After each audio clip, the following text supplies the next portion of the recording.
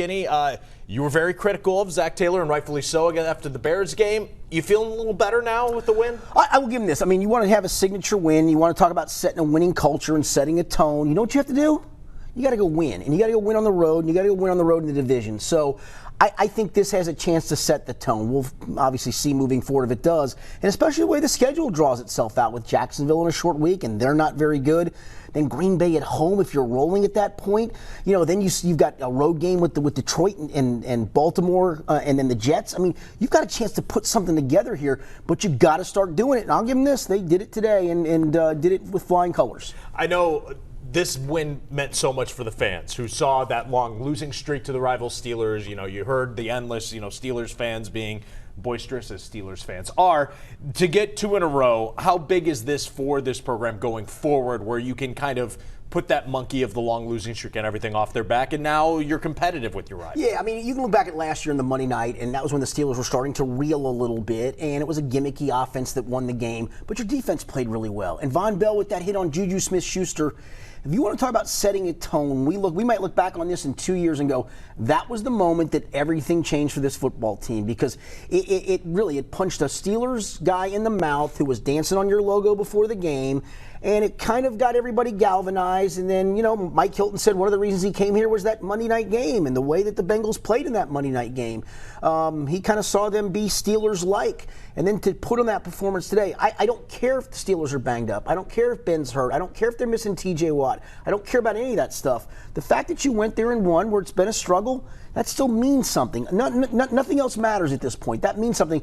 And the fact that you've now won twice in a row against them, that means something. It does mean something as well. I know you don't care that T.J. Watt didn't play. I think, it was a significant. Joe Burrow did. Joe Burrow, I think, slept a little better last night because T.J. Watt wasn't there. But the offensive line, which gave up the second most sacks in the NFL through the first 2 seasons, doesn't give up a single one. Breaks the 75-game stretch that the Steelers had, an NFL record. Do you read a lot into this line coming together, or was this the Steelers' pass rush, which is very good, just didn't have its bullets? I think a little of both, without question. I mean, you were also missing, Tyson Alealeu. You're missing, another defensive lineman. Stephon Tuitt didn't play. I mean, those are all 3 guys that line up on the same side, which would have been the Riley Reif, Jackson Carman side of things. They were not in the game today, so that is a factor. But still, they've dealt with injuries. I guarantee you, at some point in that 75-game streak, where they've still been able to get a sack, and not only did not get one. I mean, for the most part, Joe was pretty clean. There were a couple of scrambles, and he talked earlier this week about wanting to see, when plays broke down, he wanted to get outside the pocket. He wanted to scramble. He wanted to do more to be able to test the knee, and I think you saw some of that. But, no, I think there was a combination. I mean, Joe alluded to those guys being out. He knows what those guys not being there meant. At the same time, you also started a rookie at right guard that we held our breath on a little bit through training camp. Today was his first start by default. And he did pretty good. I mean, he did okay. He did good. Obviously, we'll know tomorrow when we get a little bit of film grading from the coaching staff, but I thought he did pretty good. Yeah, Jackson Carman was an interesting one. When I saw Xavier Su'a-Filo, I think like a lot of people going, all right, Steelers defense, they're going to prey on that right guard spot because it's a rookie. That's just the smart way to play football. And yet he held his own. Is this a good step forward for the rookie? I think it was. I mean, there were a couple of running plays where you could see from the end zone where he actually had a couple of good blocks. There was a couple of times where he didn't. And listen, it's not going to be perfect. If it was, we'd come out here tomorrow with a Pro Football Focus or a coaching grade of 100. It's not going to get 100. It's going to probably be somewhere in the 60s to 70s. That's fine. Xavier Su'a-Filo was down in the 40s. So, listen, this had to happen at some point. And yes, this came by default, but you need your rookie second-round pick to be a starter. And maybe moving forward, he's the guy. The other rookie, Jamar Chase, becomes the first player in the Super Bowl era to have a 30-yard or over 30-yard touchdown reception in the first 3 games of his career. He seemed like the difference maker there. They needed a spark right before the half, and sure enough, Joe said, Jamar told me to throw it up to him. I did, and lo and behold, here we go again. Chris, what did this offense lack last year, right? It lacked explosive big plays. Yeah, they lacked big plays, and he's done it not just once or twice, or 3 times in 3 straight games, and 2 of them at the end of the half. And honestly, the one against Minnesota, he beat the guy clearly off the line. But the last 2, Joe kind of just threw it up and said, buddy, you're my guy.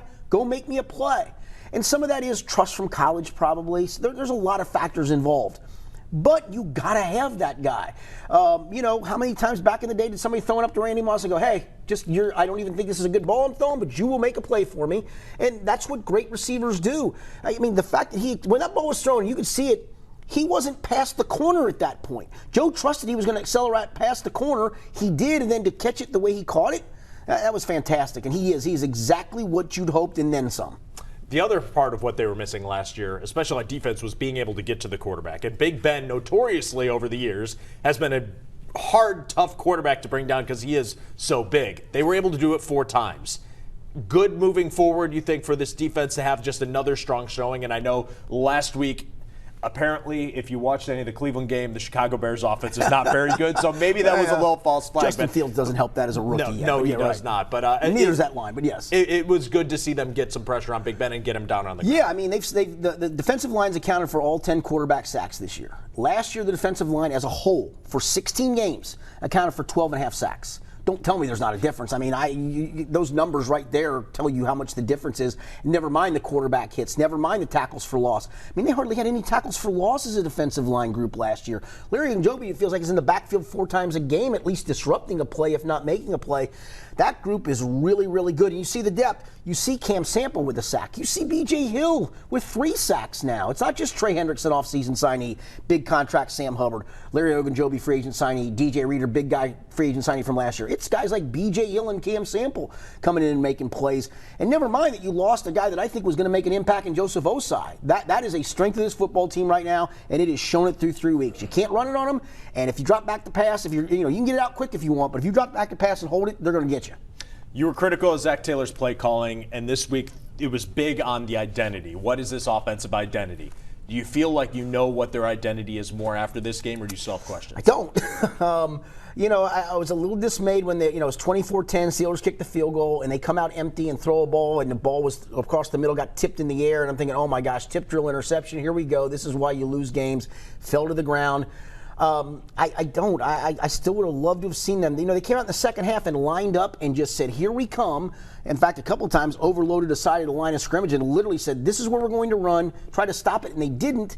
And then I thought, why did you go away from that? I mean, they only had 280 yards or whatever it was. They only ran 42 plays, so it wasn't like this was some offensive explosion. Some of that was Ben and them had big, long drives.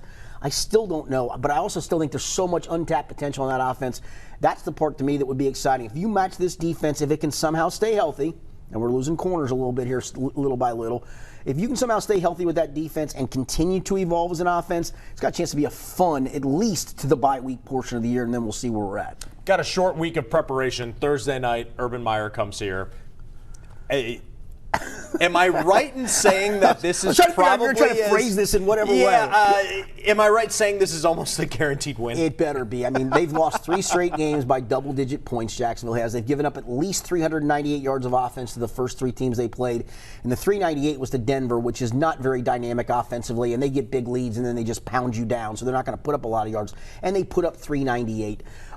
This should be, you should roll to the win. The key here is, again, and this was a question I literally asked players after that opening win of, how do you handle success? Because this is not a group that's had a lot of success. You got to handle it on a short week off of a huge win over a rival. I would expect a little sluggishness, but there's no way you should lose this game, and there's no way you shouldn't win by double digits because everybody else has, because they are really bad. All right, let's peer into the future, and we say that the Bengals are able to beat Jacksonville. 3-1 at that point of the season. We should feel what about this Bengals team? Great. Because, 2-2 would have been fine. 1-3 would have not been acceptable. 3-1 is really in a good spot. Again, you got Green Bay coming here at that point. You still got winnable games with the Jets at that point, Detroit at that point. You got a chance to get this thing really snowballing.